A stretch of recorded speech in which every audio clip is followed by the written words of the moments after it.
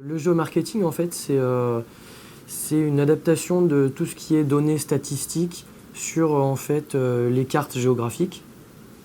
Pour ce qui est des enseignes en fait, en franchise, elles sont tenues par la loi d'Oubin de présenter dans leur document d'information précontractuel un état local de marché à tous leurs candidats à la franchise. Cet état local de marché va comporter différents éléments que nous pourrons en fait mettre en avant sur les cartes et avec le logiciel géomarketing, avoir en fait l'ensemble des données nécessaires pour bien comprendre la zone de chalandise du futur affilié et de les représenter sur des cartes ainsi que des tableaux, des graphiques, ce qui permet aussi aux franchisés par la suite de pouvoir établir son prévisionnel.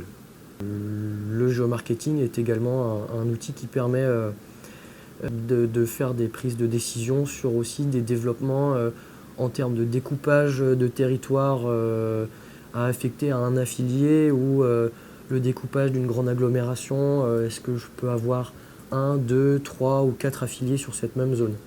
Ce sont tous les outils géographiques qui permettent de faire des développements maîtrisés en fait, pour les enseignes.